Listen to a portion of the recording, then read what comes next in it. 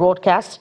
From here, we'll take you to Nasarawa State for a coverage of the Universal Basic Education Summit 2025 with the theme, Revitalizing the Future of Basic Education in Nasarawa State. Do stay on with Channels Television. I want to plead indulgence to permit me, because of the peculiarity of the presentation I'm making, to present from the desk down there. Please, I will move down to the deck to present. Thank you very much.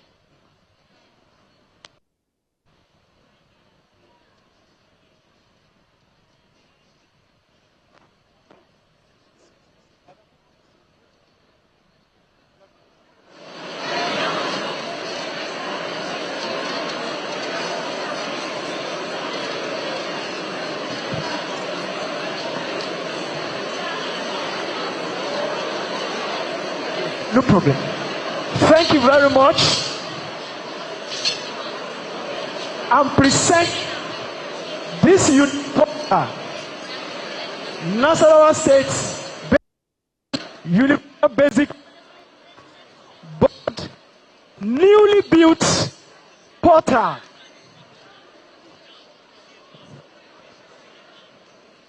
This is a vision of our unique chairman, the current chairman of Nasarawa State, Sule. To complete and to wrap up the great work he's doing in the state, he has come up with a system, a vision, to build a system, a unified system that will integrate together from all the 2,400 plus schools under UBEB in Nasarawa State. You can see beautifully designed website that is available and captures all the records of the schools, primary schools, junior secondary schools across. This system is powered by a consultant, a consulting company, Stable Sheet Solutions Limited. Stable Sheet Solutions Limited is a company headquartered in Abuja. It's into partnership with various agencies at the federal level, at the state level. The company is a NSEC, the National Secondary School Commission. The company is a consultant to NMEC, the National Mass Education. It's also a consultant currently. This company has been managing the UBEB Federal Capital UBEB port for 7 years. And that captures 600 schools, UBE schools, across the 6 area council of Federal Capital Territory. Last month, Stable Sheet Solutions Limited also went further to help Kwara State Suburb to also develop a system like this. And after the deployment of a training was organized. All the MS officers in the state, and then they were deployed to the field to use the portal to manage all the schools, over 2,000 schools in Kwara State. And now, Nasarawa State has decided to, on this brilliant, together the over 2,400 schools in the state under a unified platform. Now, let me give you an idea of the portal. You can see the state portal. You can see different access levels. It has the access level for the governor to monitor all the educational activities in the state.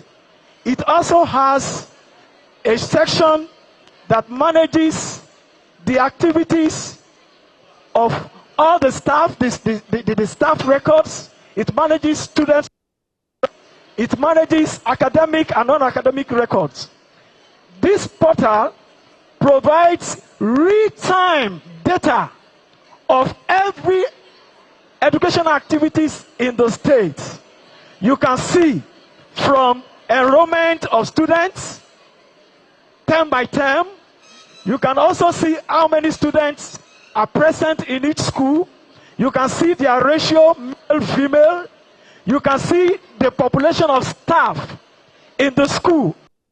Time, unlike what you cannot achieve with paper reports, with paper data. This is a digital data that captures real-time record of staff. It will tell you how many staff employed the past 6 months or in the last 1 month. It will tell you how many staff are hiring in the next 3 months or the next 6 months. State can for new employment. Beyond that, it has other aspect of school management system. It also has student management, quiz and exam management. It has report analytics. You can analyze of all the schools' educational activities in the state in real time. Gone are the days you will be writing, collating data for months, for weeks, for years sometimes. But now with this digital ecosystem, and generate report. Any report His Excellency the Governor needs.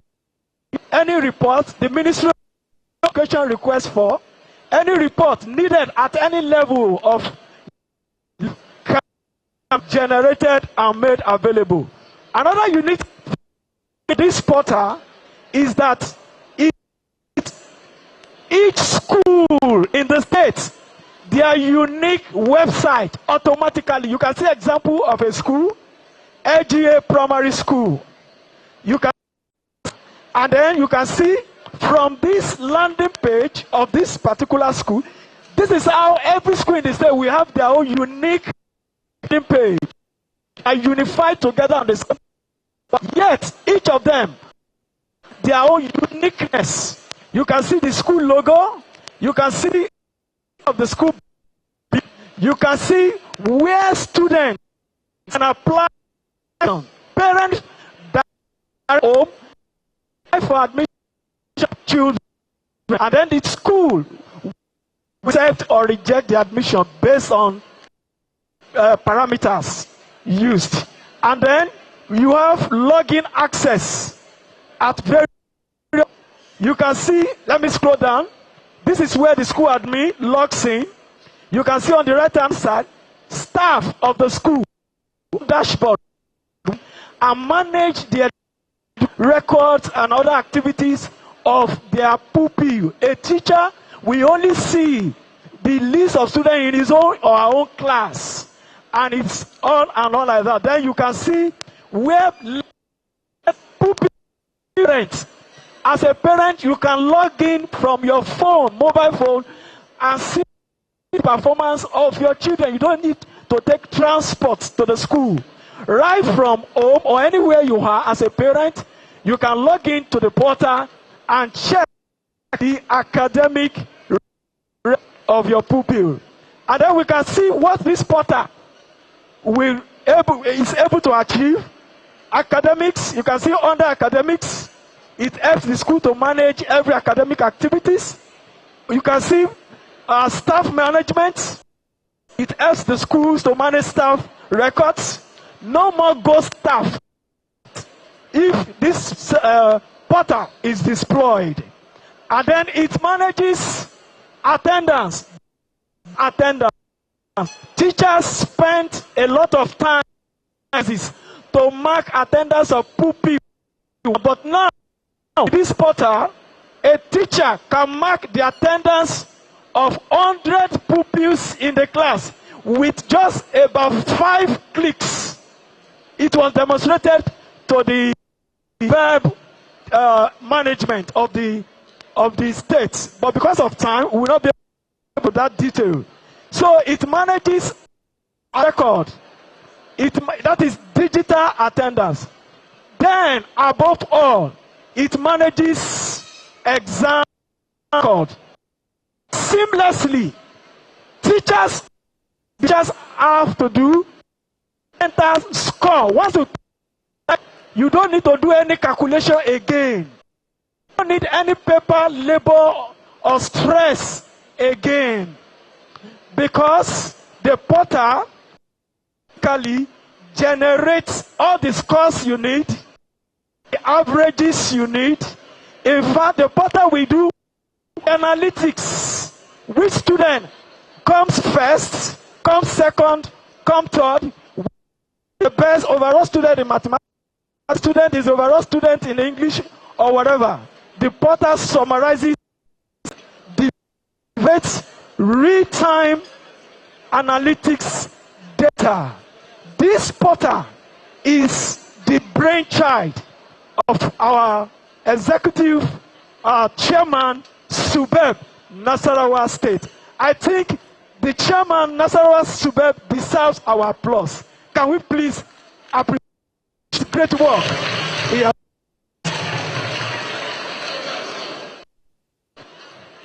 Because of time, I will close here. Thank you very much. This portal immediately, and then we hit the ground, and superb. We get to the top in Nigeria by the grace of God. Thank you very much. Thank you very much, Oye Tunji. Your Excellency, the Deputy Governor. I'm going to use the actions, and you're going to tell me the word. Are we ready? Are we ready? Okay.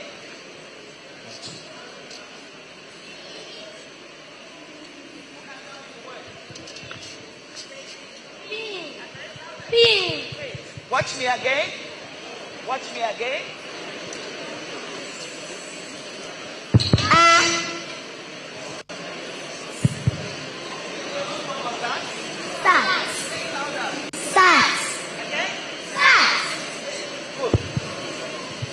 So, I want you to write for me this letter sound on your friend's back. Take a partner, everybody. Watch what I'm going to do with Miss Frida. Everybody take a partner quickly. Start from a point. Stand up, stand up. Let's stand up, let's stand up.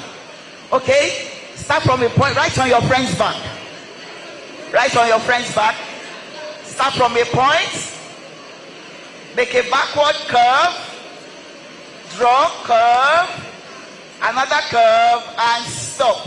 Who can tell me what action? What did we just write? Beautiful. Clap for yourselves. Please sit down. Please sit down. Now you're going to read a word for me. Okay? I'm going to display something. You're going to tell me the word. Are we good to go? Are we good to go? Watch me again. So I'm going to do, what sound is this? What sound is this? What sound is this? And what sound is this? What's that word? Thank you very much. Let's put our hands together, ladies and gentlemen. Now, this program should have started 10 o'clock, but His Excellency has another engagement. But because of the importance he attaches to education, he said he has to be here. The Deputy Governor is going to sit in as the Governor leaves.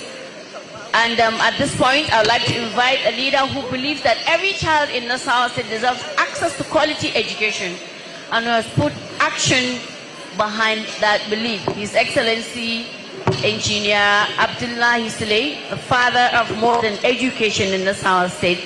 Let's put our hands together, ladies and gentlemen, as we invite Where are these people with the placards? Where are you? Those placards.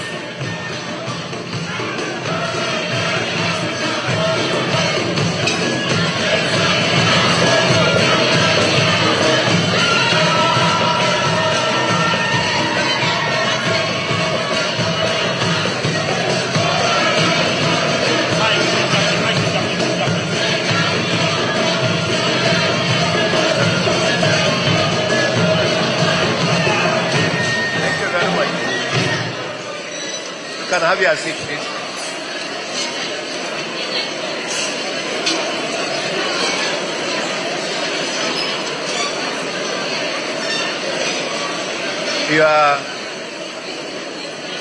Your Excellency, the Deputy Governor of Nasarawa State, Dr. Emmanuel Atabe,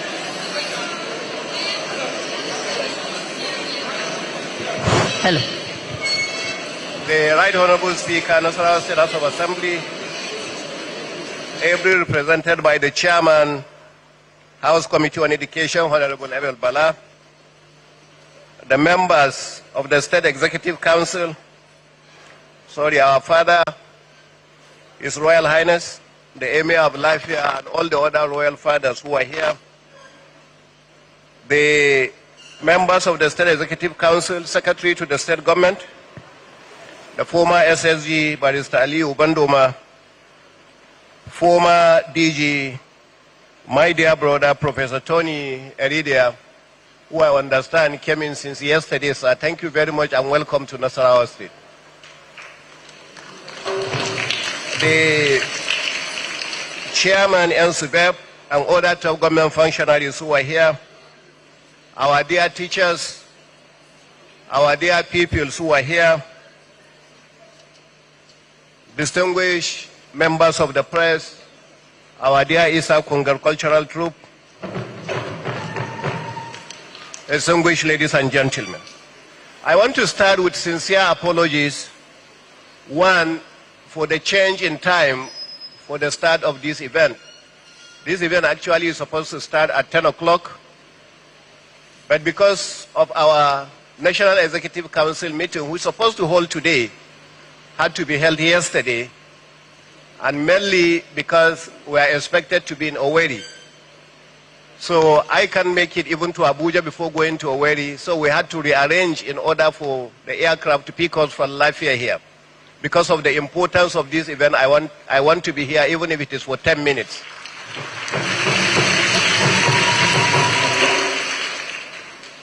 So I want to sincerely apologize to you because I noticed the way the children and the teacher were rushed in order for me to live here. We are supposed to take off from here at 10 o'clock, but from all indications, we can't even make 10 o'clock, but we'll do our best. So I sincerely apologize for rushing you about this program, but I pray that this program will actually go in line by the 10 o'clock. Other people will be here, including the chairman of the UBEB and the former governor of this state, Senator Umaru Tanko Al-Makura, and my dear sister, Amina Garba, who happens to be the DG. So I welcome all of you here, especially our guest speakers who believe in education, who are doing everything to promote education. And some of you even came in yesterday in order to be part of this. I also want to commend a lot of you. In spite of the time change, you were able to be here at 9 o'clock instead of the 10 o'clock. I want to thank you sincerely, for inconveniencing you to be here. Education remains one of the major challenges we have in Nigeria and especially in northern part of the country. And so whatever amount of time we can give to education is worth it. Whatever investment we can make in education is worth it. And I'm happy to see a lot of us who are still interested in education, because on arrival in 2019, we set up a very powerful team from the Federal University, Lafia, led by Professor Kida, who happens to be, in fact, the Vice Chancellor of the university right now, to carry out a complete baseline survey of our basic education here in Nasarawa State. And what we discovered was alarming. And we started working on those. Now, have we achieved all the results? Definitely not. Are we going to be achieve 100% of the results by the time some of us leave? Most likely not. But are we going to put a lot of efforts in order to ensure that we make significant progress? Yes. And that's exactly what we are doing. I want at this moment to commend the former chairman, Honorable Mohammed Musa Dangazumi, for the effort that he has done during his own period with his team and all the other chairmen before him. But I want to particularly commend our new chairman, Dr. Kasim Jr.,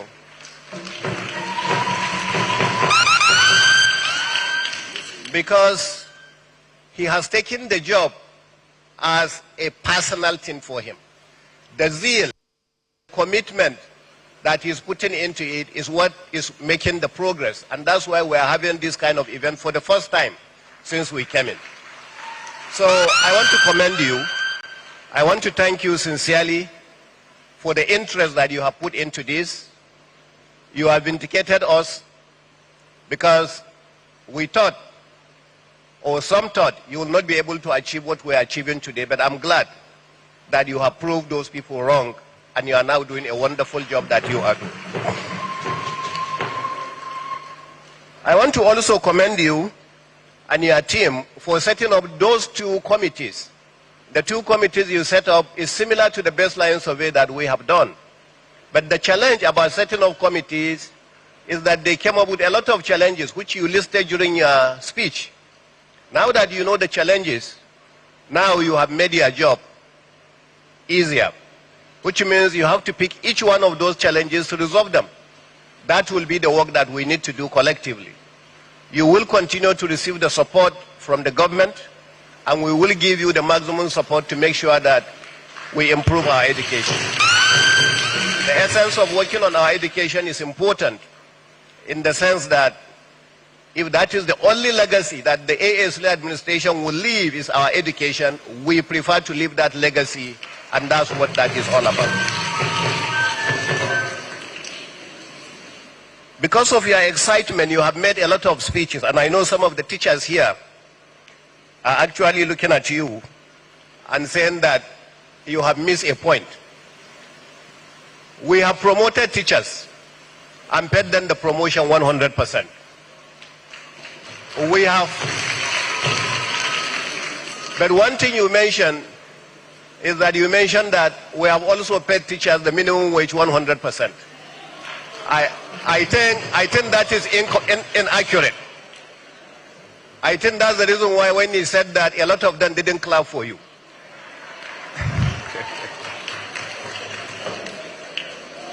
What happened with the local government is that at the local government level, after teachers also were not promoted for almost 10 years, they brought out the promotion expense, the total package for the promotion monthly. They also came out with the total package for the minimum wage. And what the unions of the teachers decided to do was to say that they wanted the promotion to be paid to them 100%, and we paid. But they now said they also wanted the minimum wage to be paid 100%. And that one, the local government does not have the resources to pay all that and still be able to do some of the work they are able to do. So that's the reason why it was paid in percentages. They started with 40%, then went to 60%, and this month they are going to get 100% for the payment.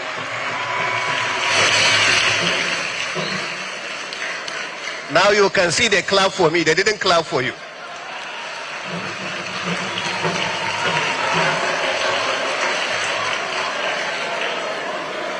So you have to pick it one at a time.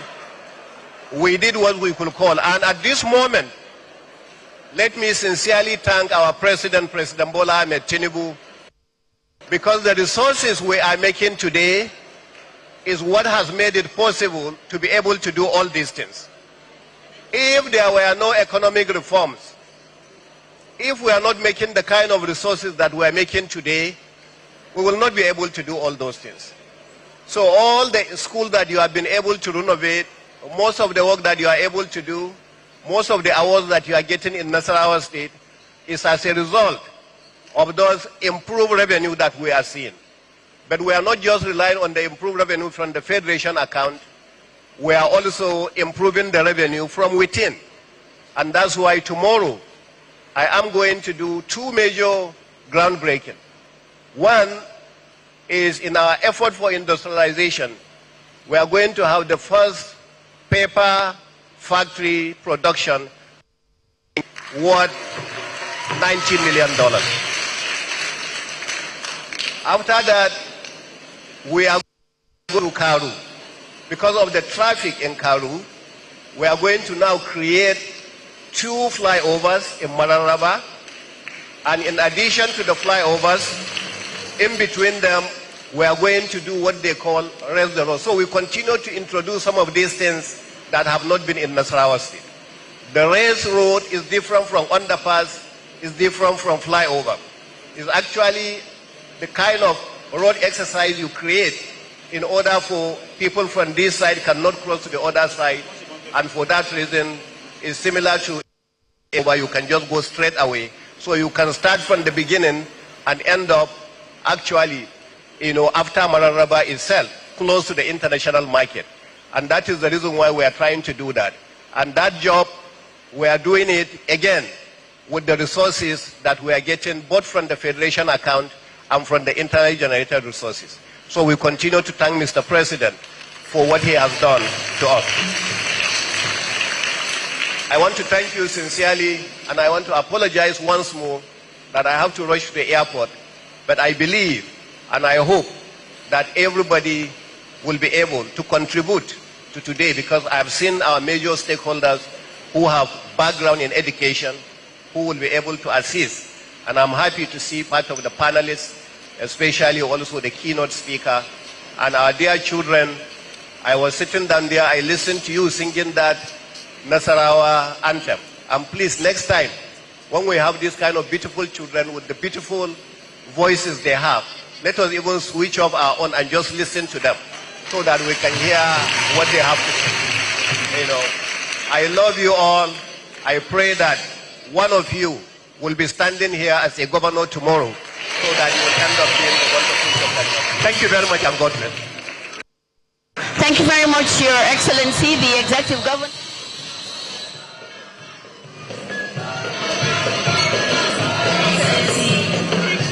Everybody should stay back where they are. We're just going for the of the vehicles, and then we'll come back. His Excellency, the Deputy Governor, is sitting in for His Excellency, the Governor. Can we join AG to join His Excellency for the commissioning of learning materials and seats? The head of the Eastern Muslim.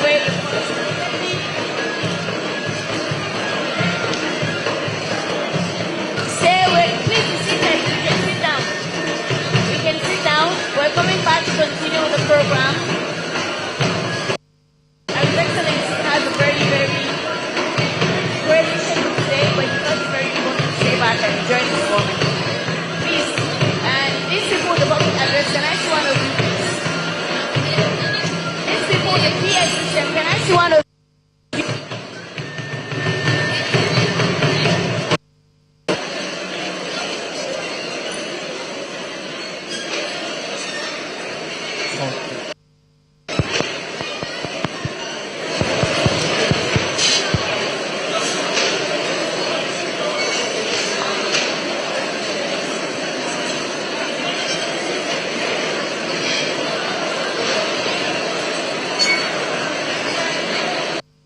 Children, hello children, you're not happy? Or you're not? You are? We've seen His Excellency the Governor. Abi, We'll go back home, we'll tell our friends, our mommies, our daddies that we've seen the governor, right? We're happy now. If you're happy and you know, clap your hands. If you're happy and you know, hands. If you're happy and you know, and you really want to show, if you're happy and you know, clap your hands. If you're happy and you know, say hooray. If you're happy and you know, say hooray. If you're happy and you know, and you really want to show, if you're happy and you know, say hooray. Hip hip. Now let's talk about it like this. This is the first summit since the creation of Nasarawa State. Since the creation of Nasarawa State, this event is happening for the very first time. And when something happens in your era, you're the first setters, you must ensure that you make the best use of the moment and opportunities given. Manaji, bari mu dan hada da gargajiya ko ba haka ba? To tun da aka kirkiro jihar Nasarawa, wannan ne karo na farko da ake irin wannan zama, ko ba haka ba? In an je makaranta a koya mana karatu, akwai irin karatun da ya kamata a koya mana tun muna ƙanana, ko ba haka ba? Ai baran ce idan ku zo nan dun kuna primary 6 kai ku ci gaba da turanci irin nawa ba zai yiwu? Yawwa, to amma in tun kuna yara an koya muku fa ai ko za ku iya ko? Sa'annan kuma akwai sana'o'i ƙanana na hannu da idan aka girma kila yin cincin, a'a yin masa, a'a aikin makaniki, a'a iya gyaran waya. Kafin ka gama primary school idan ka iya ai kana da sana'a a hannunka ko? So duk abin da ake son a yan jihar Nasarawa kenan kuma za a fara da ku. Ban ji kun yi tafi ma injiniya Abdullahi Silva. So idan aka fara da mu kuma kun san shi gona bai san a ziga shi abin da bai yi ba. Teachers, am I right? His Excellency the Governor is one man that doesn't take empty hypes. If you overhype him, he will tell you no. Just like what the chairman did, you saw a clear example of his personality. Said your minimum wage was paid 100%. The governor said, no, I have not paid 100%. That is the type of leader we have in Sule. He says, whatever he does, whatever he means to do for the people of Nasarawa State are things that will stand the test of time. Projects. Look at the dividends of democracy around Nasarawa State. There is no local government in Nasarawa State today that you go that the presence of His Excellency Engineer Abdullahi Sule is not felt. So we have a leader in his person. We can only continue to pray to God Almighty. Health, person coming in, that wisdom, that capacity to take on the goodness of His Excellency Engineer Abdullahi Sule as the lead us. But we're waiting. His Excellency the Deputy Governor is coming to take the seat of His Excellency the Governor, because this is one event that means a lot to education in Nasarawa State, in the North Central, and in Nigeria. Agree? Put your hands together. This is a very tiny clap. Oh. I need a clap. More like it. So we'll take a break. The state control troop, are they around? State troop. Okay. So we'll take a break while we wait for His Excellency the Deputy Governor to come back. Meanwhile, my name is Safia Ahmed Mohammed. I'm the Senior Special Assistant to the Governor on Communications and Events Management. And so you can find me on Facebook, Her Excellency Microphone Governor, and make sure to engage and ask me any question. Drama, village headmaster. Those people were powerful. Their words were like oracle. You listen to them. It's not like that today. All right? That's one set. We had another one, phase 2, where the universal basic education was introduced. Then a third phase was the period when basic education was no longer a priority in this state. The governors in the third phase were doing other things. They were not doing basic education. So it was a period of inactivity for basic education. And then finally, we have phase 4, which is where we are now, which is the era of revival. From what I saw, the era of revival. That's the position that I saw in Nasarawa State. Slide. All right, so what are the highlights of these phases? 1, you know, Nasarawa was not a state until 1996. So up to that point, there was no structure, no uniformity in operating procedures. Different schools did what they did. No structures, no uniformity in operating procedures. Then in 1996 to 1999, we had military administrators. Most of them were not indigenes of the state. They had very little at stake. Not only that, they ran the state through military signals from headquarters. So things like basic education were not there. All right? Now, in 1999, one governor, the first civilian governor, came and was there, and he created policy. In 2005, there was the Universal Basic Education Law, all right, which he passed and signed in September 2005. The program was launched 4 months later, but the governor himself was leaving office the next year. That is 2007. So not much was done, even though policy had been formulated. Next slide, please.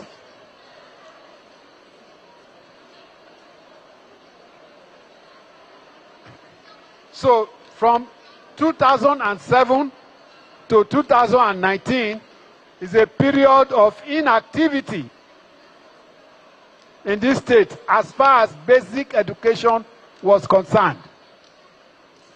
Now, not much was recorded, and so because I'm a researcher, I went around all the sources. I went to YouTube, I went to magazines. I didn't see much about basic education in this state as at that time, 2007 to 2019. There were 2 governors there at the time. They didn't do much about basic education. Maybe they were doing other things that they believed in. But the problem was that because they did not do much about basic education, they lost so much money that would have come to this state. They lost 5 billion because they did not pay the countertop funding that should have brought that 5 billion to the state. So you had that. But out of school children increased. UBE was free, but it was not compulsory. They say it was compulsory, but it was not really compulsory. Nothing was done to make it compulsory. We only announced it. And so it was really not compulsory. All right? It's not my place, really, to begin to assess. His Excellency said just now that the distinguished Professor Kida was appointed to lead a committee. That committee told us that school structures and operating procedures in this state were comatose. So it is not me. That is what the committee found. Now, Engineer Sule came in and did revival.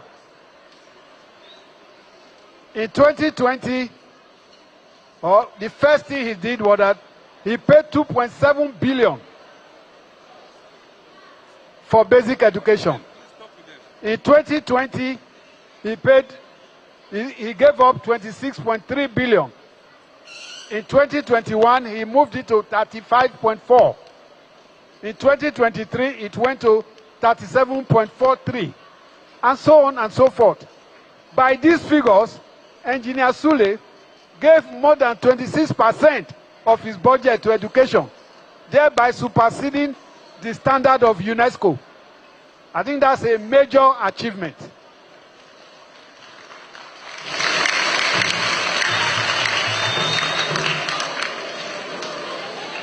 Slide, please.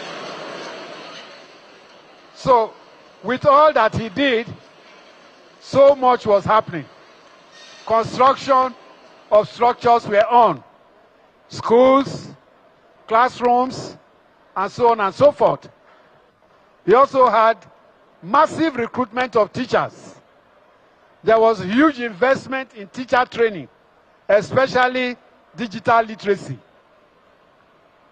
He also improved learning environment by putting a lot of boreholes and sanitary facilities. Yet, this man who focused on basic education did not ignore other things. This morning when I was coming here, I drove on a very beautiful road. I said, who constructed this? The people were carrying me said, Engineer Sule. In which case, when he was releasing all this money for basic education, he was also doing other things that others did before.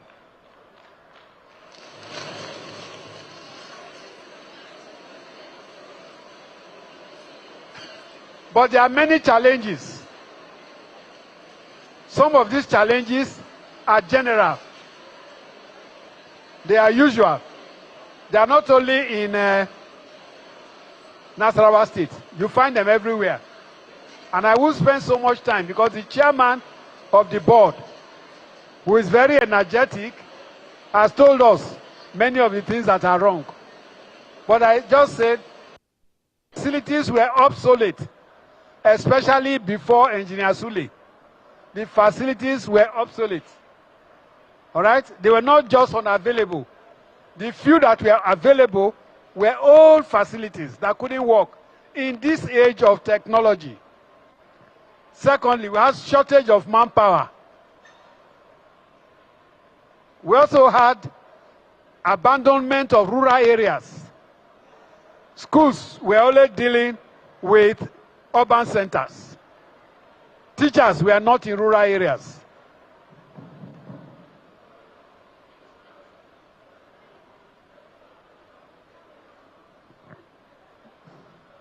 It appears this is better. Also, lack of commitment of teachers. You see, a while ago, the MC was appealing to teachers to look after their pupils. In those days, nobody will tell a teacher to look after his pupils. The pupils that are walking around don't have teacher. That's what it means. Or they don't have good teachers. If they have good teachers, teachers will have told them, don't move, and they will not move. Right? There was also diversion of facilities, which is very bad, which all of us should condemn. Government will buy facilities for schools, people, teachers, officials, and etc. will divert them to their private homes. How can schools be good if our teachers are unpatriotic, if our officials are unpatriotic? That will not be good. Such a thing should not happen at all. Now, notwithstanding that government was very pragmatic, many of these challenges are still there. They are still there. Why are they there? One, the economy is bad. The more money you put, the more it is insufficient. And even where it is sufficient, they are diverting. So the challenges are still there. The purpose of a summit like this is to expect that those of us who are not in charge of education should be able to tell our friends and our relations in our homes. There is a criminal offense really for you to divert facilities meant for schools to your homes. But it's still happening. We also have liturgy. People are not interested in the job. All right? Everybody is complaining. Teachers and others, not only teachers, want to pay and get paid. I listened to the governor just now saying teachers have been promoted. I was hoping that the governor will tell us that those to be promoted are those who worked. We should not be promoting everybody. we should promote those who worked and sanction those who did not work. If we promote everybody, nobody will work. So the best thing is to identify those who work and pay them, and tell those who did not work that their salaries are seized by not working. All right? Now, many people who divert these resources are doing so because their predecessors did it. If I'm working here today and I know that my boss diverted facilities, when I'm now there, I will also divert facilities. I read a very interesting story in one of the media coverage that I saw. It says that the chairman was going around the areas. He visited about 17 local governments. When he got to Akwanga, he saw that facilities in the home of the messenger in the Akwanga chairman's office were in the messenger's house. But he did not tell us what he did to that chairman. He did not tell us what he did to that local government. He did not tell us what he did to that messenger. If we see people and we condone their activities, then we can progress. We ought to have dealt with not just the messenger, but also the chairman, who was allowing people to take facilities in his office to their homes. All right? Then there's also sale of facilities. Officials sell facilities to private schools. The government buys facilities for you. You sell them to your friends who are in charge of private schools. All right? And I think that those are things we should not be doing. Slide, please. Now,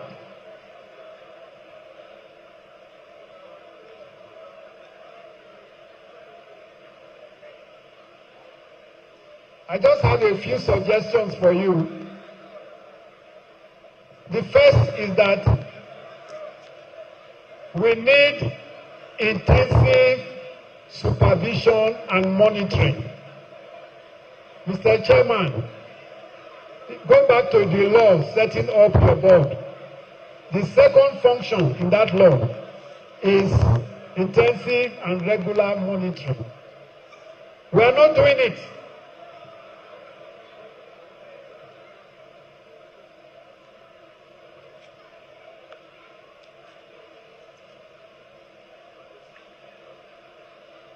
Now, when you have a group of people that came to your area, like the British came here, you see many things you got from them. One of it was the British set up the Inspectorate Division of Education Facilities, either the board or the Ministry of Education. They had inspectorate. We must return to it. There should be inspection to every school every week. If you inspect every school every week, everybody will sit up. You need to go back to the inspectorate directorate that was done during the colonial era. It's not everything that the British did here that was wrong. We should take the ones that will help us. We should have inspectors who go to schools every week, not once in a semester, not once in a session, every week. And there should be a monitoring report that is sent to the chairman that will enable him know what is happening week by week, so that he himself can track what is happening in the schools. We also need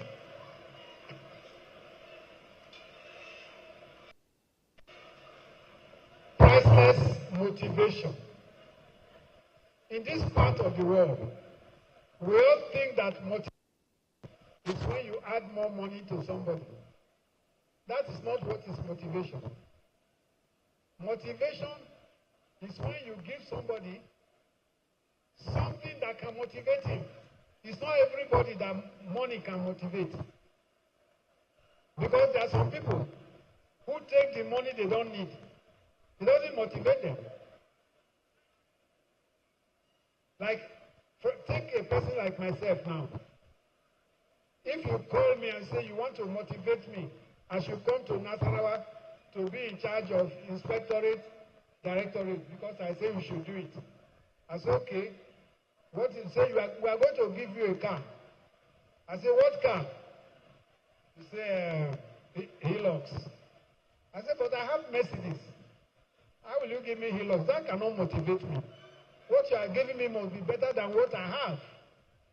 So you must not motivate people using material items only. Sometimes you don't know. Letter of commendation can motivate people more than money. Letter of motivation. Just write a letter commending somebody who has done well. Those who you did not write to will start struggling to do well so that letter can be written to them. That is motivation. It is not only money. All right? Good. So you must create healthy competition. There must be competition between local governments, between schools, between offices. That competition must be healthy. It must not be the one where they are fighting themselves. It must be one that will encourage everybody to want to do something so that he too can get commendation. So when you write letter of commendation to people, you don't stop there. When it's time to do something special, maybe oversee training, you look for those who got letter of commendation and you send them. When the rest know that it's letter of commendation that can send you abroad, everybody will be doing well so as to go on overseas training. That is what is called motivation that creates healthy competition. All right. Just a quick summary of what I have said. That basic is essential. You cannot play down on it. You cannot play down on it. In which case, every aspect of life is based on the efficacy of basic education. What basic education can teach us is what is good in life. Therefore, basic education must remain a priority. No other government should come to this state tomorrow and say, I am doing farming, I am tarring road, I am building garden, and does not do anything basic education. You know what is wrong with it?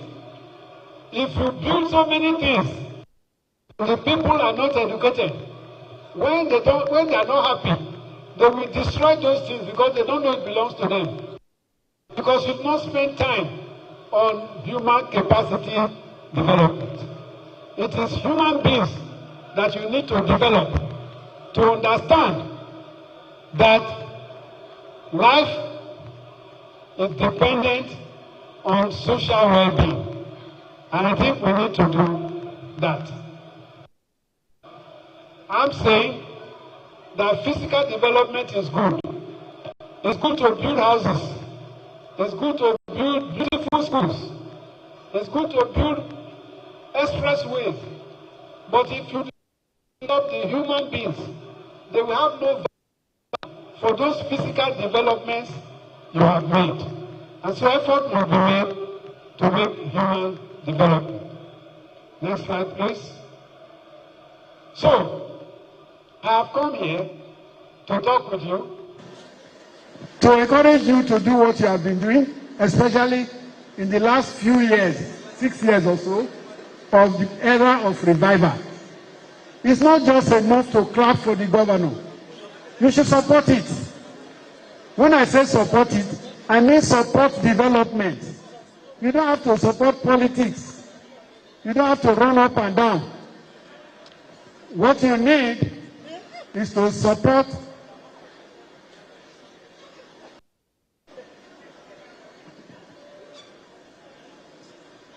what you need to do is to support the policy of the government.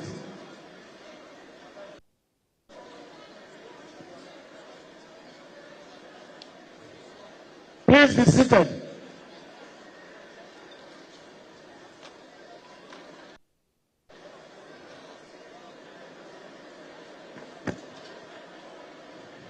Hello. Please be seated. I have finished, so just seated, please.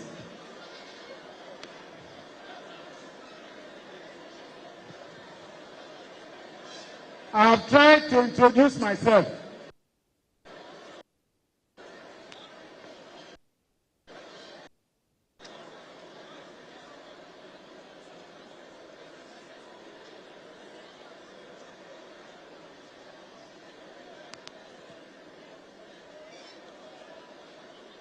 Hello?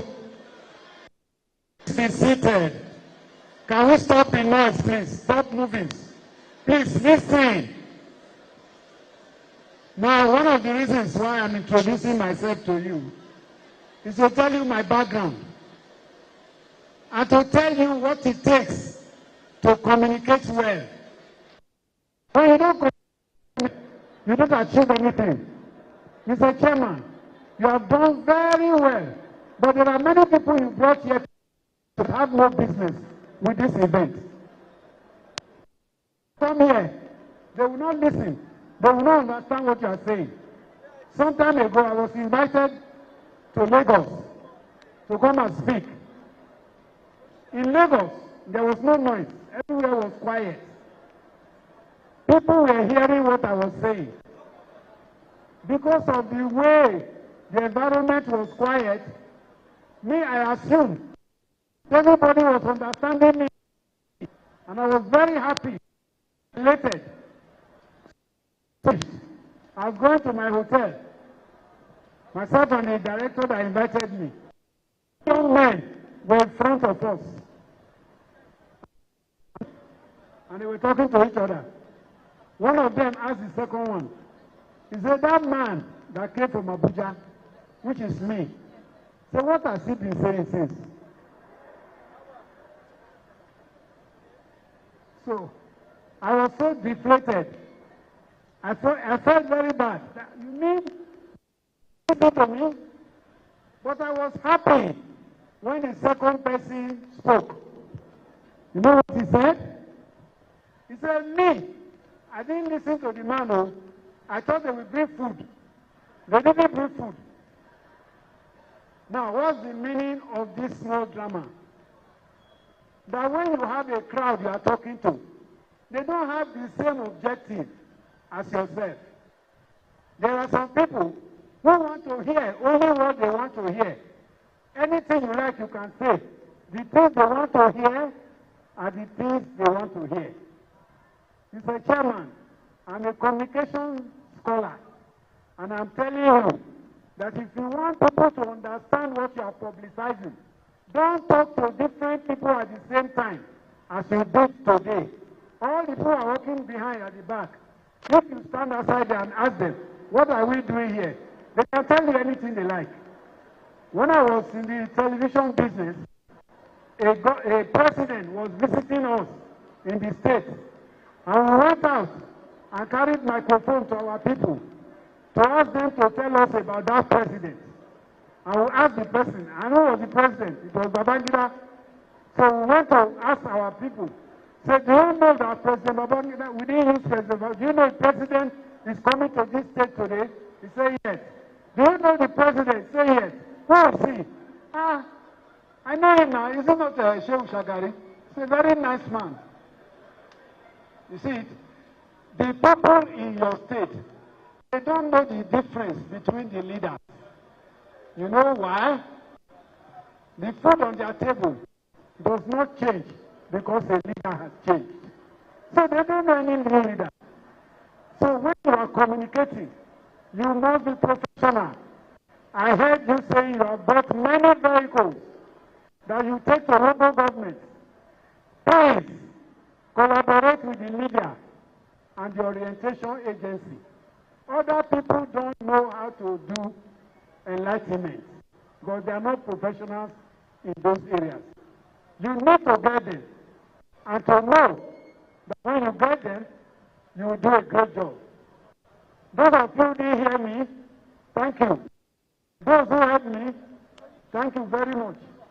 Those who want to hear me again, thank you very, very much.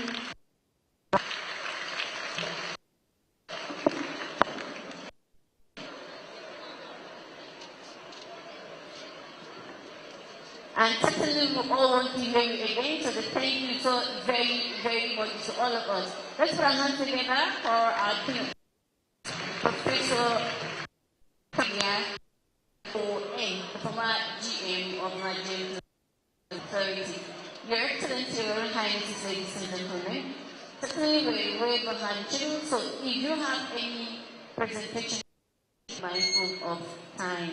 At this point, I'd like to invite the representative of the Executive Secretary, Universal Basic Education Commission, Dr. Aisha Barba, for her representation. Please let's put our hands together, ladies and gentlemen.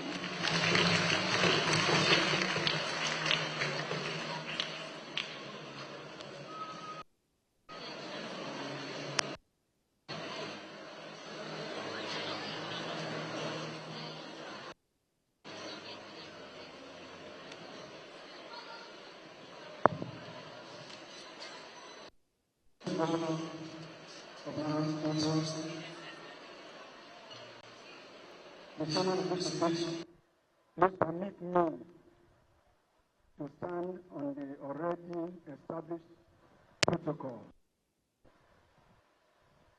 I stand here on behalf of my principal and boss, the Executive Secretary of Universal Basic Education Commission, Aisha Garba, who ordinarily should have been here this day, but because of some pressing national assignments, she has directed that I, Edward Abaraka, the Director UBEC, North Central Zone, represent her to present her speech.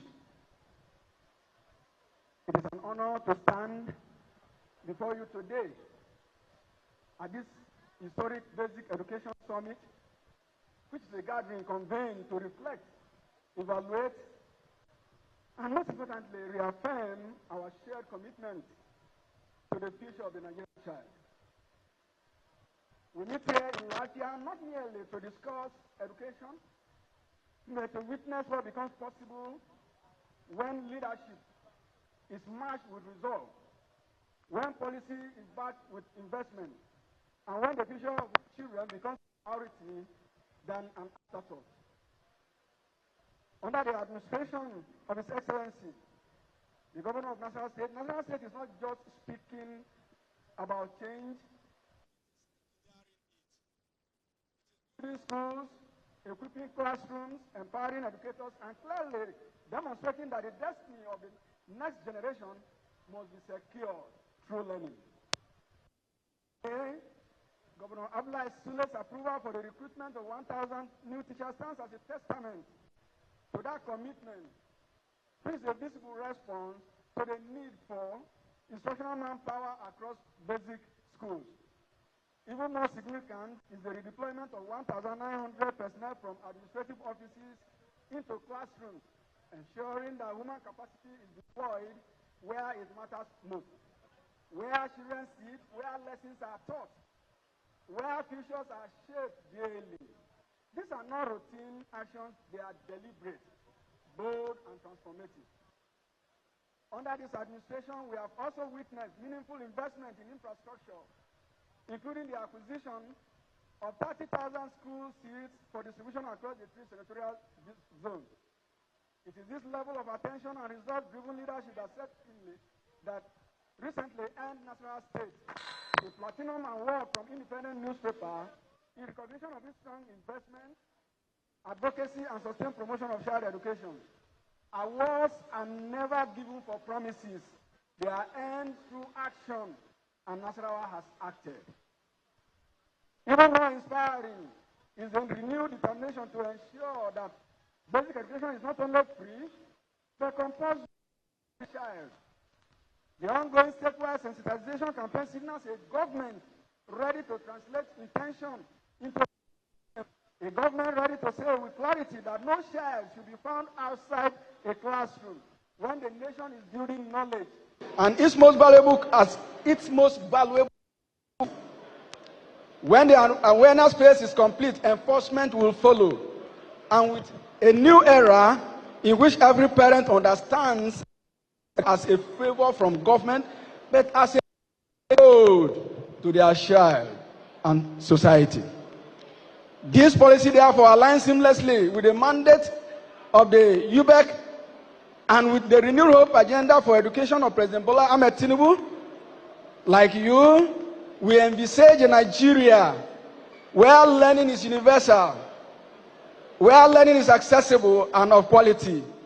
In Nigeria, where no child is too poor, too displaced, or too disadvantaged to be educated. We stand here today beside Nasarawa State, not as distant partners, but as ready to deepen learning, strengthen supervision, expand innovations, support education technology, and ensure that no school, no community, and no child is forgotten. This summit, the theme, fertilizing the future of basic education in Nasarawa State, is therefore the convening of minds. It is a declaration of direction, a sign of a state returning strength to its classrooms and dignity to its teachers. It is a reminder that education remains the greatest inheritance we can give our children, more lasting than property, more valuable than wealth. As a child that is empowered with, not a citizen empowered with possibility. Nasarawa is building that. Today we see leadership that plans, leadership that delivers. Today we stand together, federal and state institutions, communities united by one purpose, one goal: to build a future where every child can learn, try, compete, and succeed. Let me therefore congratulate His Excellency Engineer Abdullahi in this transformation with clarity and courage. Let me commend the Nasarawa State Universal Basic Education Board under the chairmanship of the workaholic and indefatigable Chairman Mohammed Kasim for their unwavering dedication. And let me assure you that UBEC remains a firm partner, ready to scale this reform, support implementation, and stand with you until quality, functional education for everyone is not just a goal, an enduring reality. The future of Nasarawa's children, therefore, is unfolding in classrooms being revitalized, in teachers being empowered, and in laws being enforced. As we understand that education is the foundation every great society is built. God bless Nasarawa. God bless the Federal Republic of Nigeria. God bless the children, the future we are building today. Thank you all. Thank you. Elder Edward Abalaka, who represented the Executive Secretary, Universal Basic Education Commission, Abuja, Dr. Aisha Garba. Thank you very much. Your Excellency, Your Royal Highnesses, ladies and gentlemen, I'd like to now invite our own father, a royal father, and the chairman of this occasion today, His Royal Highness, the Emir of Lafia, for his good message and the speech of the chairman. His Royal Highness, the Emir of Lafia, is the Chancellor of Northwest University, Chancellor Rivers State University, Port Harcourt, Chancellor Muhammad Buhari University, Maiduguri. Of course, let's put our hands together as I invite him. He's a life bencher, and of course, he is a retired justice of the Supreme Court, and he wears the national honor of CFR. Remember the Nasarawa State-based Universal Basic Education Board first summit with the theme Revitalizing the Future of Basic Education in Nasarawa State. This is the first of its kind since the creation of Nasarawa State, and of course it is aimed at yesterday, checking in tomorrow, and what to expect tomorrow for basic education in the state. So that anxiety, of course, solves a lot of the problem.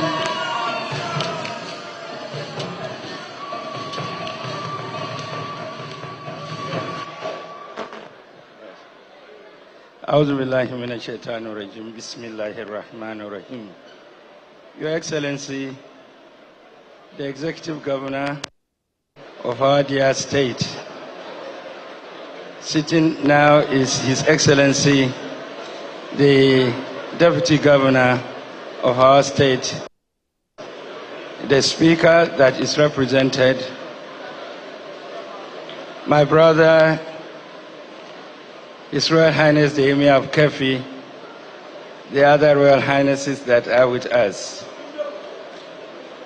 I want to specially thank the guest speaker who took us on some basic lessons of great importance.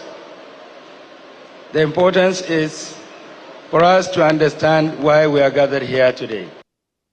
And one of those take home that I had to someone that I respect so much, Professor Tony Iradia, is for us to know about yesterday, look at today, and then begin to plan for tomorrow. We are talking of basic education in Nigeria. Chief Iradia said something that really touched my heart. If the colonial masters had left and left with some legacies, good or bad as the case may be, but they left some very good lessons for us. And in managing our nation, some of those lessons we on our own decided to abandon or not to look at them very well. One of those lessons that the colonial masters left for us, the issue of basic education, when they tried the experiment of what they call the indirect rule in Nigeria. Basic education was left in the hand of the traditional rulers. And at the time when we were managers of education, those who are old enough here can say that the basic education in Nigeria was as good as the basic education in Britain, was as good as basic education in any part of Europe or North America or anywhere that you can speak about. We are not criticizing. We are happy to have very young people like the current chairman of the basic education in the state. He's energetic, he's competent, and he's giving his very best to the state. But I've always advocated, let us go back to history and see what might have gone wrong with our educational system, especially at the basic level. If any one of us seated here can pretend that basic education as it were today is well enough, we are not saying the truth, we are not being sincere about it. Indeed, basic education is sick, and there is a lot that is to be done to bring it back to life. And one of those suggestions, and I have never failed to do that anywhere, I did that at the national level, at the national forum. And I told them, if you want this basic education to return to its former, you are trying all the experiments. Try us, the traditional rulers of this country. Give us the opportunity. Because there is this word, trust, between the people and us. It is us that generally the people do trust. All this problem we are having, I listened to the chairman. He was very about his worries Why still children of school age are still roaming about in our streets? Children of that age are not, and so two basic things. I had advocated at national level. The laws are there. The problem is the enforcement. But you need to do more. For anyone that has a child and that child is roaming about in the street, you need to criminalize this thing. You need to come out more forceful to deal with this situation. All of them that are causing this problem, especially in the northern part of Nigeria, it is because they are not treated as criminals. That is the reason why you give birth to a child and street, and you are left like that, and that child becomes a nuisance to the society. We have to criminalize it now and deal decisively. That's one. Number two, the government outfit, the agencies can still remain. I'm happy to hear what the chairman has done. He has set up a committee, and as part of that committee, the traditional rulers are made part of that committee. That is good thinking, but I want to say, on behalf of the Council of Chiefs of the State, my brother who is next to me, we work together hand in hand, the Emir of Kefi. I'm happy he's here. This challenge that you have given to us. We'll soon call a meeting. I have just discussed with him, Council of Chiefs of the State, and get your agenda and see how we are going to work on this agenda. We promise we will to succeed. We thank you very much for inviting all of us here. The Chumada is here. The brilliant and very brilliant and one of the best of us, the Aguma Basa, is also seated here. We'll work together and help you in reviving basic education in Nasarawa State. Wassalamu alaikum wa rahmatullahi ta'ala.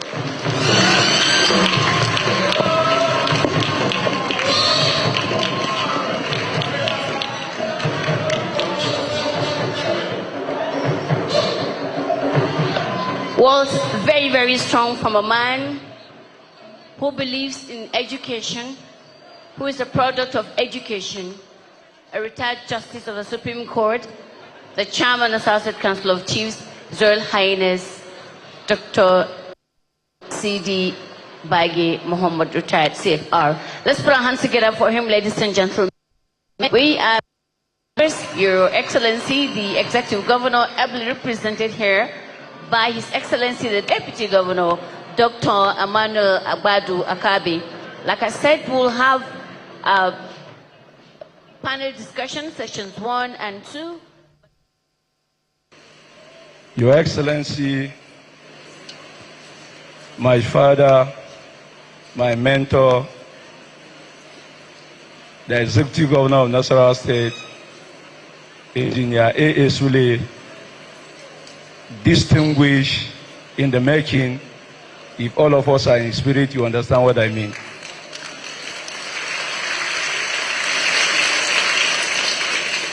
Your Excellency, the Deputy Governor of Nasarawa State, I want to beg to stand on the existing protocol for want of time.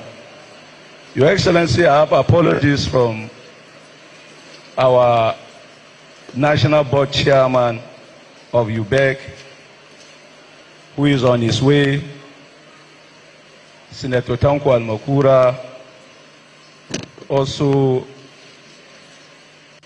the ES, UBEC, Dr. Aisha Garba, who also is on her way, the chairman of the occasion, and most of our invited guests, because of the adjusted time.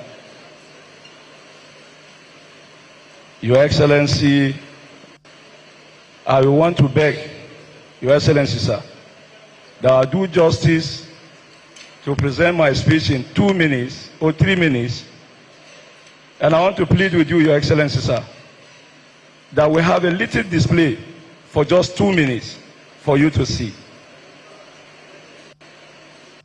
I am glad to welcome you all to this important education summit to brainstorm on how to revitalize the future of basic education in Nasarawa State.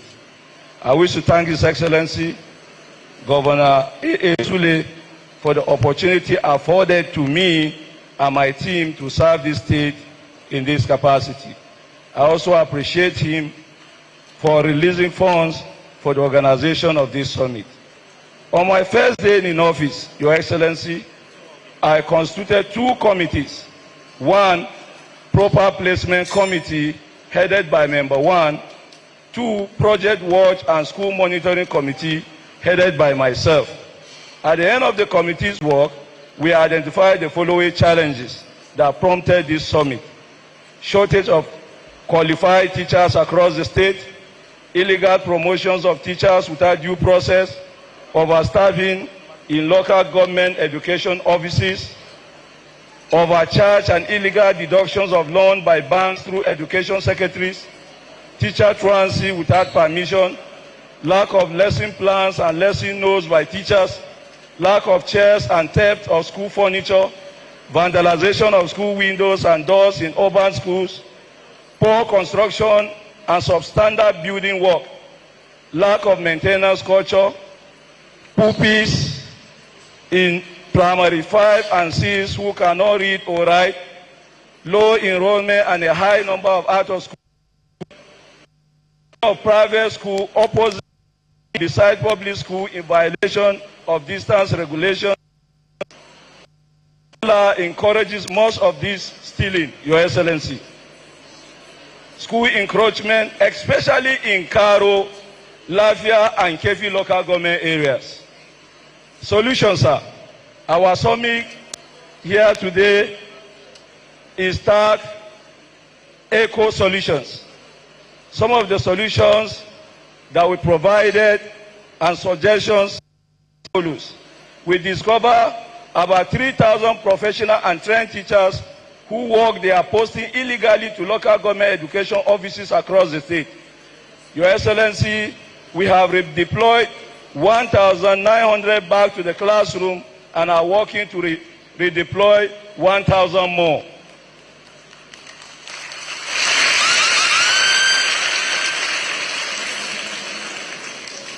In that sequence, we also approach His Excellency Engineer Sule about the situation, and as a father, as a lover of education, he graciously approved the immediate recruitment of 1,000 additional teachers to fill the gap.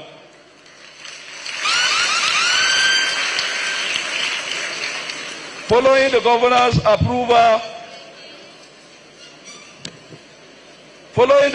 approval, we purchased 15,790 tables and chairs. After the committee findings, the governor, in his usual care, love, concern for basic education in Nasarawa State, the governor added another 14,210 more, bringing the total to 30,000 tables and chairs to be flagged up at the close of this summit. To address out-of-school children, concern and implementation, the compulsory aspect of our law, with the support of His Excellency, we procure 7 mini buses for sensitization across the state. This will also be commissioned today alongside the 30,000 tables and chairs. Your Excellency, to reduce vandalism and safeguard our school, and considering the financial constraint of the state, Your Excellency, we appeal that the state NIS be posted to our city schools and be given small allowances by the local government chairman. That is our plea, sir. Regarding overcharge and illegal loan deductions by banks through Education Secretary, we have put on hold to the collection of loans for all teachers for 6 months to enable them to settle existing obligations. Your Excellency, I want to say something about this.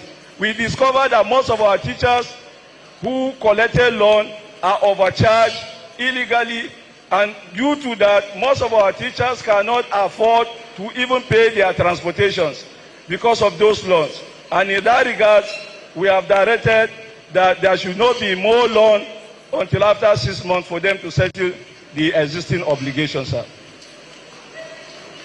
To tackle truancy, the lack of lesson plan, pupils' inability to read and write, we have developed an approach to be presented shortly, Johnny Furnace and Nasarawa Suburb School Watch Eco Solutions. That is just what I pleaded, sir, that there will be little display.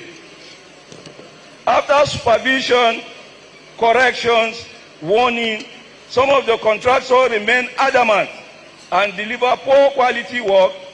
Your Excellency, we therefore revoke 9 contracts, including the building of staff quarters at Smart School Lafia. Your Excellency, as a result of that, we have saved for the good people of Nasarawa State, under the leadership of my father, His Excellency Engineer Sule, 101 million naira for the state, pending further directive from the governor.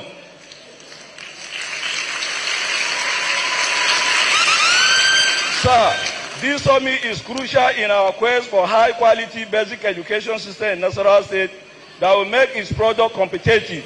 In our action plan, we have also planned to revive technical skills and scientific knowledge. We seek the approval of His Excellency Engineer Sule to invoke Section 1 to 6 of the Nasarawa State Compulsory and Free Education, Basic Education Law, 2005. It is on this note that I plead with our malams, Fulani leaders, and parents to ensure that every almajiri and every child is sent to school between the hours of 7 a.m. and 1:30 p.m. Obeys the law. Any child between 4 and 15 years must not be seen on the street during school hours in Nasarawa State again. May I also seize this opportunity to thank His Excellency on behalf of our teachers for the tremendous approval of promotions and the prompt payment of minimum wage. I also wish to announce, Your Excellency, I also wish to announce that following the judgment delivered on the October 9th, 2025 by Justice E.O. Daniel of the Federal High Court, Lagos, which affirmed that education must be compulsory and free across the states of Nigeria from primary to junior secondary school. I thank the People's Governor. Pupils and students in Nasarawa State have been enjoying free education from primary to senior secondary school, including payment for NECO examinations, all courtesy to Engineer Sule, the distinguished in the making if you are in spirit.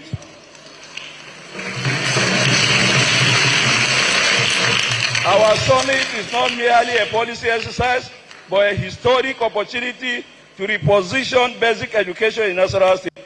As politicians will say, Your Excellency, that all politics are local, our challenges in the Sube are local, but have a little touch of national and international intervention. To my teachers, the choice before us is clear: fulfill our generation mission or continue betraying it through inaction, inconsideration, and lack of commitment. I urge our teachers to be dedicated and professional in their duties. I call on politicians and stakeholders to support basic education in Nasarawa State. Local government chairmen, parents, traditional rulers should take ownership of our school and ensure out-of-school children are brought back to school. I have much more to say, but I believe the guest speaker, Professor Tony Oredia, OON, the chairman of the occasion, the discussants, and the prominent stakeholders who are here will cover other areas. What Nasarawa achieves today could inspire policy framework in other states. I therefore suggest that the LG Education Authority Committee be set up and chaired by traditional rulers with all honorable councillors and the supervisory councillor for education as members and education secretary serving as secretary. The structure implement the outcome of this summit. I wish you safe journeys at the end of the summit. I love you all. Thank you. Let me appreciate the chairman and management of Sule for the choice of my person to be so invited to be part of this success story. Let me also appreciate the presenter of the keynote address, Professor Tony Erodia. The essence of us sitting here is to listen very well, as he rightly mentioned, and to discuss further based on some other subletted topics that were given to us to discuss on.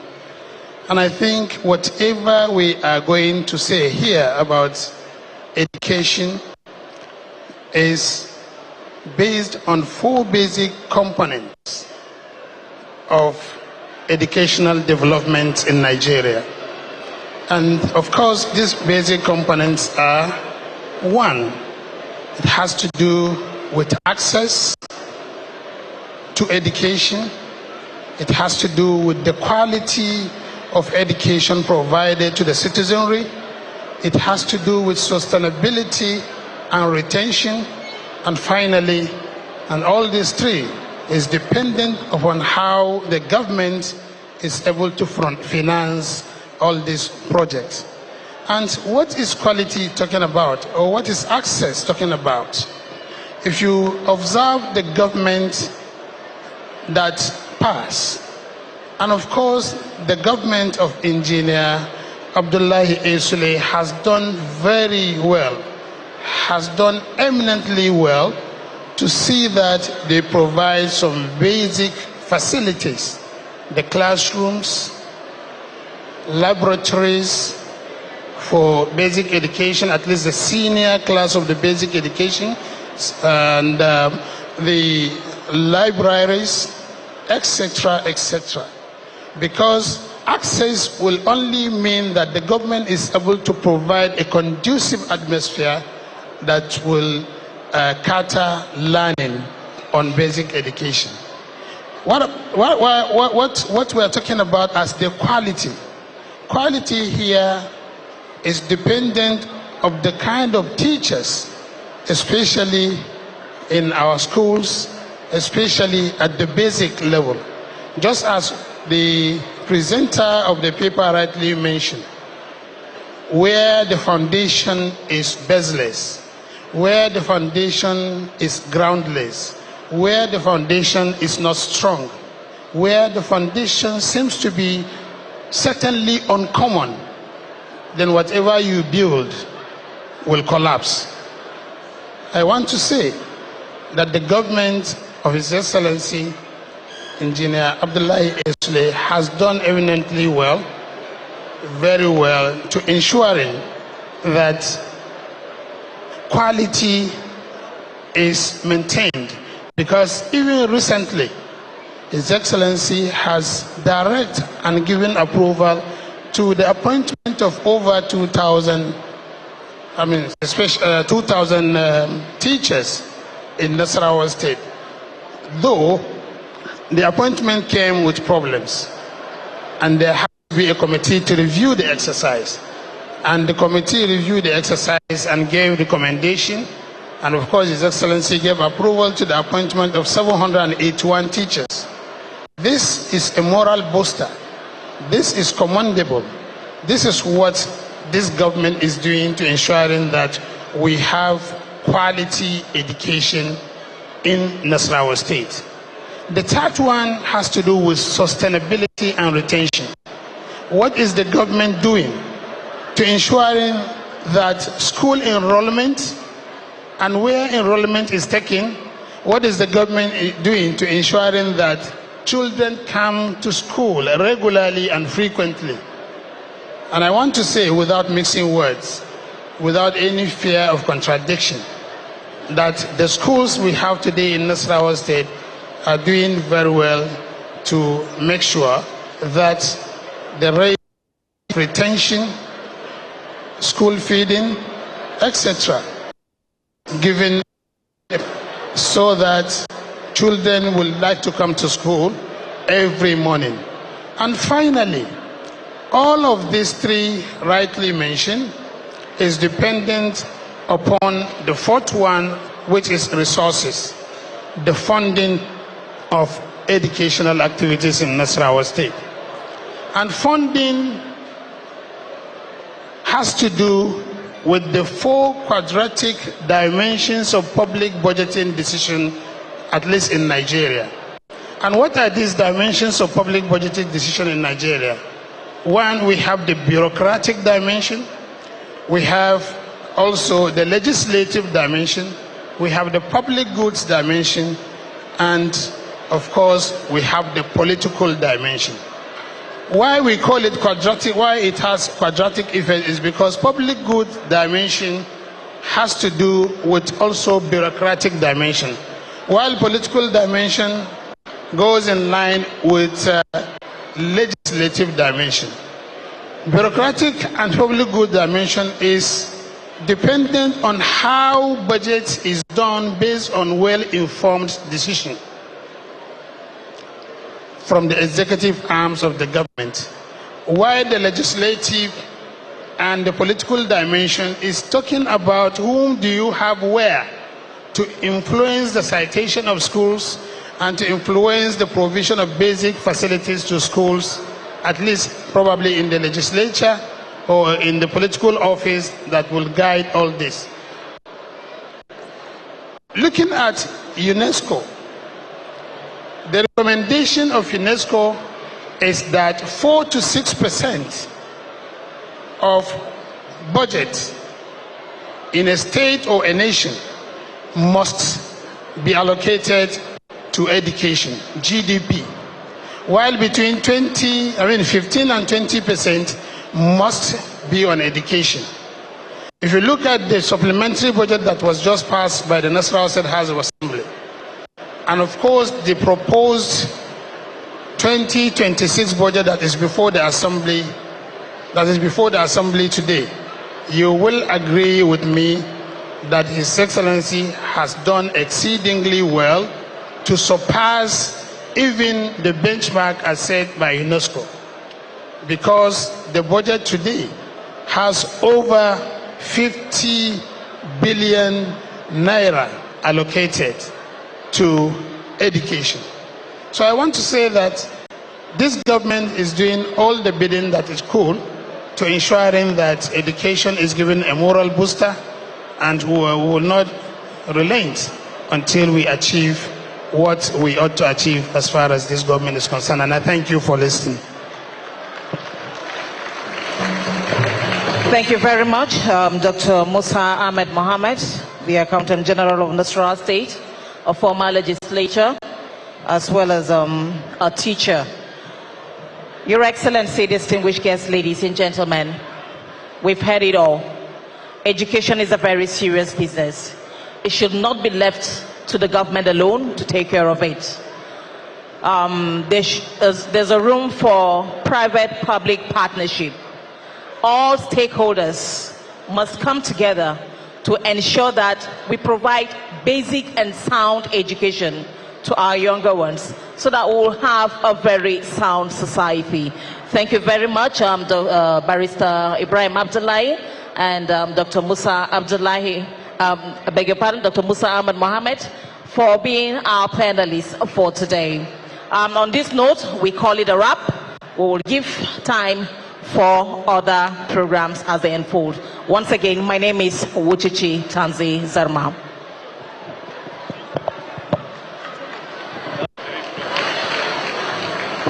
To our panelists and the moderator, let's put our hands together, ladies and gentlemen. We have another set of Before I invite for the next, I'd like to recognize the presence of General Musa Ahmed of the Nigerian Navy Base, Abuja. You're most welcome, sir. I also have the Chairman Sabate, Benue State, Dr. Grace Adagba. You're most welcome, ma'am. Distinguished ladies and gentlemen, the next panelists, we have His Royal Highness, the Vice Chairman, Nasarawa State Council of Chiefs, and Chancellor, Nasarawa State University, Chancellor, Mewa University, the Emir of Kefi, Dr. Shehu Chindo Iyamusa III, CON. I also want to recognize as the panelists, His Royal Highness, the Aguma of Basa, Dr. David Wodi Tukura, an educationist himself. Of course, our father, His Royal Highness, the Chumada Pastor Samson Gamiari on this. And our moderator is the Board Secretary of the Universal Basic Education Board, Nasarawa State, and educationist herself, Dr. Hasia Ahmed.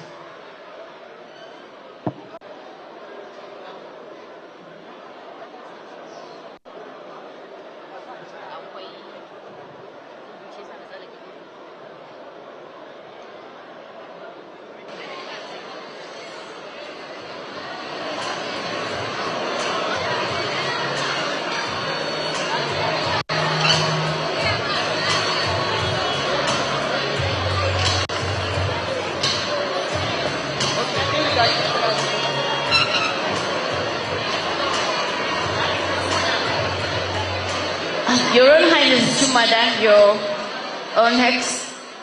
Yes, sir, I invited you. His Royal Highness, the Chumada, Pastor Samson Gamiari, and the Aguma of Basa, Turunku, Dr. David Wodi Tukura. I bet this session is for royalty. No wonder the moderator is the title holder herself. Thank you very much. You have already seated the Vice Chairman of Nasarawa State Council of Chiefs, Emir of Kefi, Chancellor of Nasarawa State University, Chancellor of Mewa University, Masaka, and the Aguma of Basa. And to his right, His Royal Highness, okay? We have to his right the Chumada, and then the Aguma of Basa. Like I said, the moderator is Dr. Hashia Ahmed from the Universal Basic Education of Nasarawa State. She's the board secretary.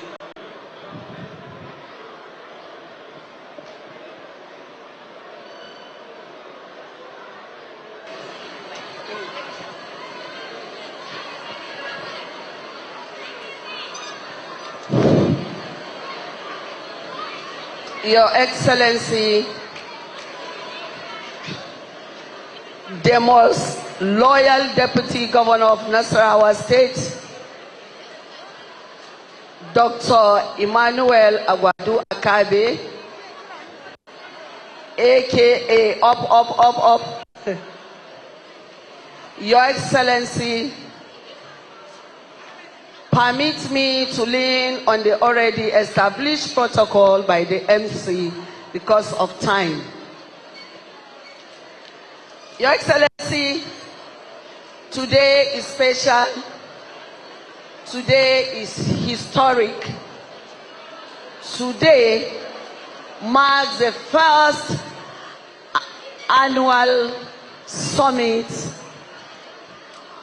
organized by Universal Basic Education Board under the leadership of our indefatigable chairman, Dr. Kasim M. Kasim, Dan Amanang, Dan Gatang Gudi, tag revitalizing the future of basic education in Nasarawa State. This is a bold statement that the future of our children is not just important, but is urgent. And who better guide that future than the custodian of our culture, traditions, and communities than our royal fathers. This session focuses on one truth that we all know but choose to ignore or forget, that basic education begins in the home, thrives in the community, and protected by the culture. Today, I am humbled to serve as your moderator for this Power Park session. Your Excellency, sir, let me quickly introduce my panelists. From my right, we have His Royal Highness Al-Hajj Dr. Shehu Chintoya Musa III, Emir of Kefi.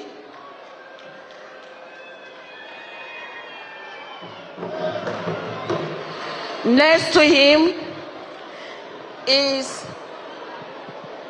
one of our own, Pastor Samson Gamuyare, the Chumada worldwide, who happens to be one of us.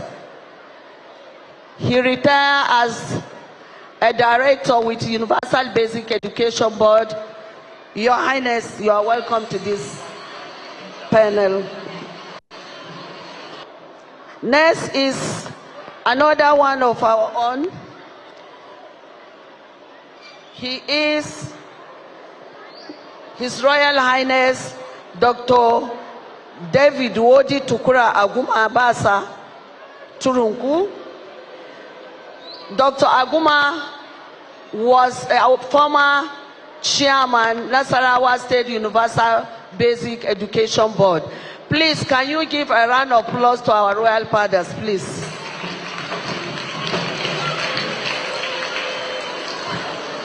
Without wasting much time, let me begin by our royal father, the Emir of Kefi, Dr. Shehu Chintoya Musa. Your Highness, as a leader with strong administrative and cultural influence, we ask what legal and community-based structure should guide the promotion of basic education and grassroots accountability.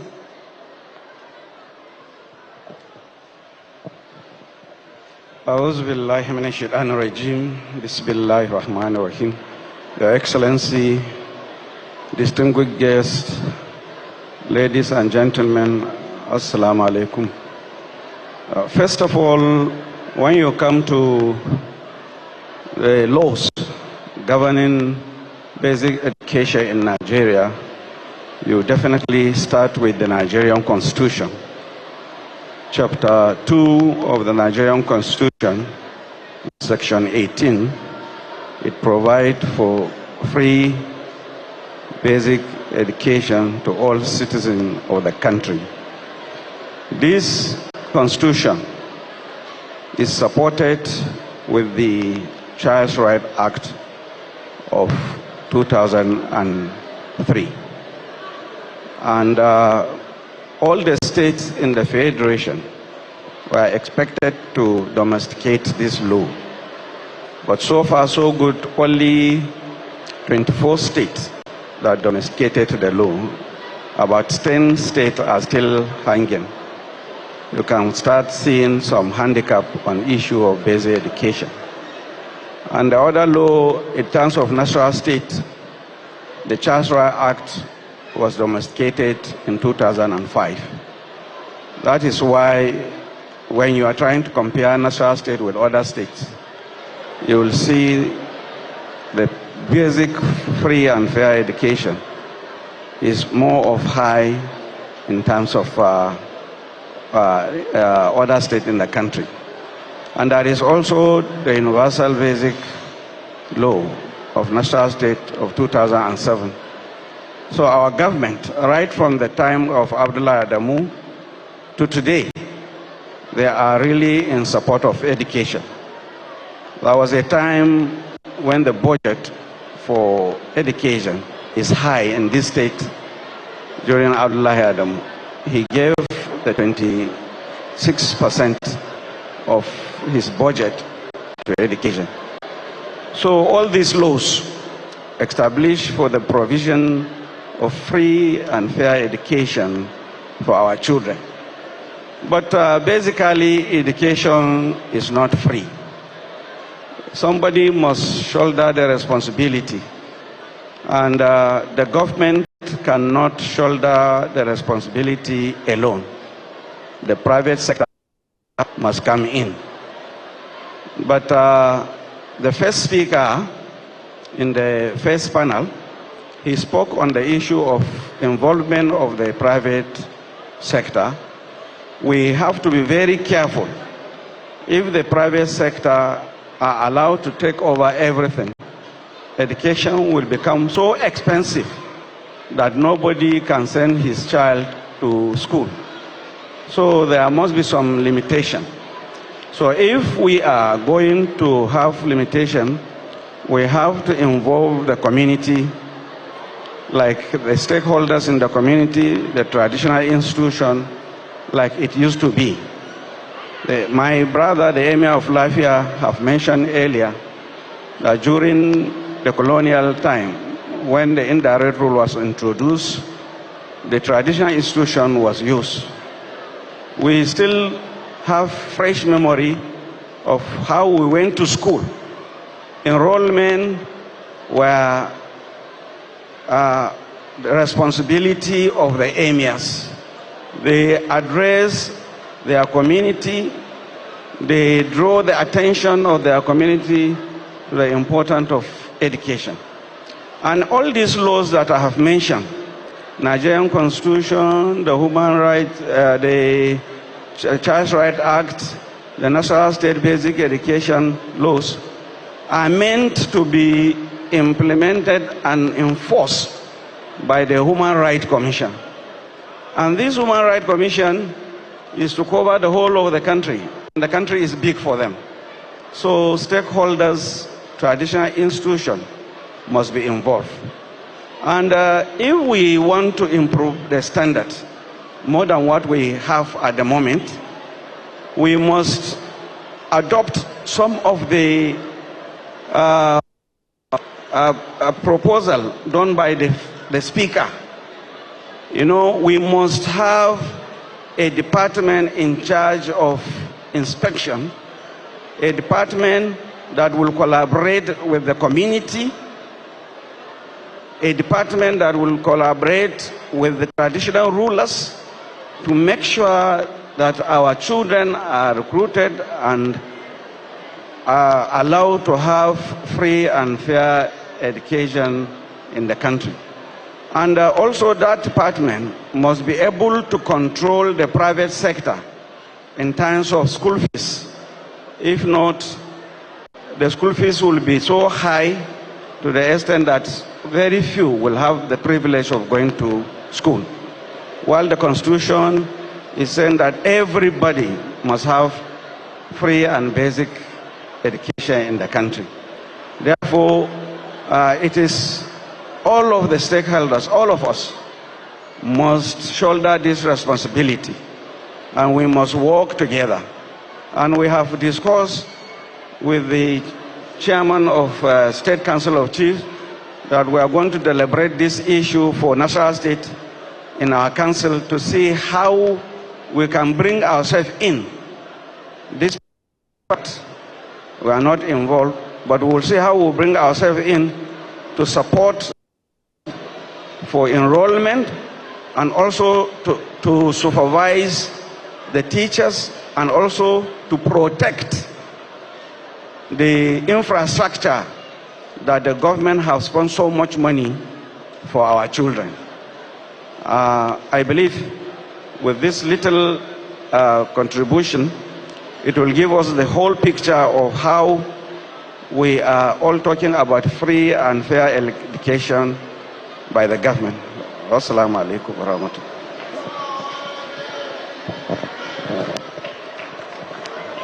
Thank you very much, Your Royal Highness, Dr. Shehu Chindoya Musa, for that discussion. Please, can we give him a round of applause? Your Highness, we are inspired by your wealth of experience, and I'm happy that the chairman, PTA, and his team are here. You have heard it from the legal point of view and coming from the perspective of our royal father, that we must put hands together to uplift the standard of basic education. The government are trying, the community, parents, and all the philanthropists should join hands together and complement the effort of the government. Thank you very much, sir. Your Royal Highness, Pastor Samson Gamiyare, Chumada, Worldwide, Your Majesty, you are known for deep community engagement. Today we ask, how can traditional rulers promote, preserve, strengthen community ownership of public schools, sir?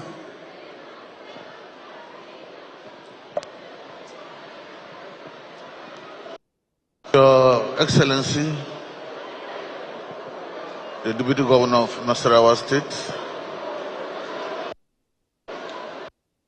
permit me, for want of time, to stand on the protocols already established. Thank you for having me.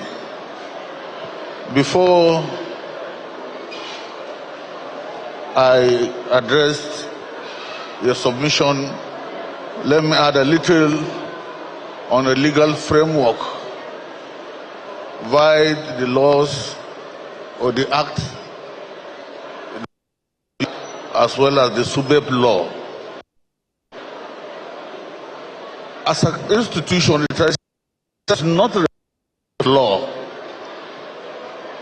despite its relevance in community-driven prospects in promoting education. The position of the board, traditional institutionally absent. But at the SBMC level, you have the attention of the traditional institution.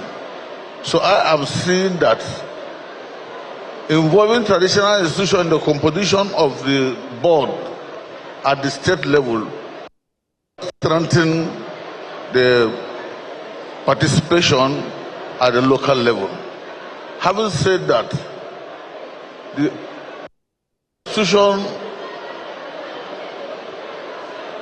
during colonial time, as the keynote speaker have said, and also the chairman of the occasion, had the responsibility of overseeing schools. Sometimes in 2006, the governor of Nasarawa State, under the able leadership of Ali Akwedoma, may so rest in peace, constituted a high-powered education reform committee. And this committee made far-reaching decisions, one of which, in terms 7, was the inclusion of the traditional institution in the status book to be given specific role. The committee, which the chairman have had in his speech, had agreed to constitute. That will go a long way in strengthening the intervention of the traditional institution, especially in basic education subsector. Well, as for promotion, the traditional institution had the duty of monitoring. The traditional institution had the responsibility of also supervising and owing up to institutions. But these days, what we have noticed, what we have seen, where traditional became so relaxed, is the deliberate exclusion of the institution in especially establishment of schools, renovation of schools, construction of schools, and supply of infrastructural materials. And that is what has led to the present ugly situation that we are facing today, where school materials are carted away and found in private homes. Secondly, the traditional institution has a responsibility of mobilizing the communities through town halls meetings, through community development associations, and so on and so forth, creating awareness and raising funds to support public schools. Let alone with that, traditional institutions has also the responsibility and capacity to also harness religious institutions and faith-based organizations to contribute their quota in the ownership of schools within their communities. In the establishment of schools, and of course, the securement of hard cases of vandalization of schools, encroachment of schools' land, the traditional institution, by virtue of their connectivity with the grassroots, have the responsibility of ensuring that schools' properties, schools' environment are protected and as well secured. On this note, I hope and pray, just like I have recommended, institutions should be given role in the status books at the formation of a composition of board at the state levels. Thank you very much for having me.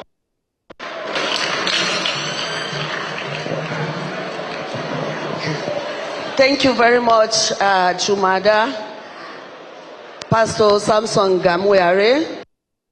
And that is why the chairman, Nasarawa State Universal Education Board, Dr. Kasim A. Kasim, taking it upon himself, involve the traditional rulers so that we get it right. Please, can you give Chumada a round of applause?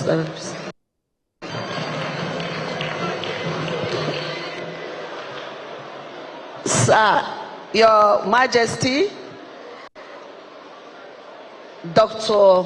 Wodi Tukura Aguma Basa, as a former chairman of Nasarawa State Universal Education Board and a father to many, we ask, we seek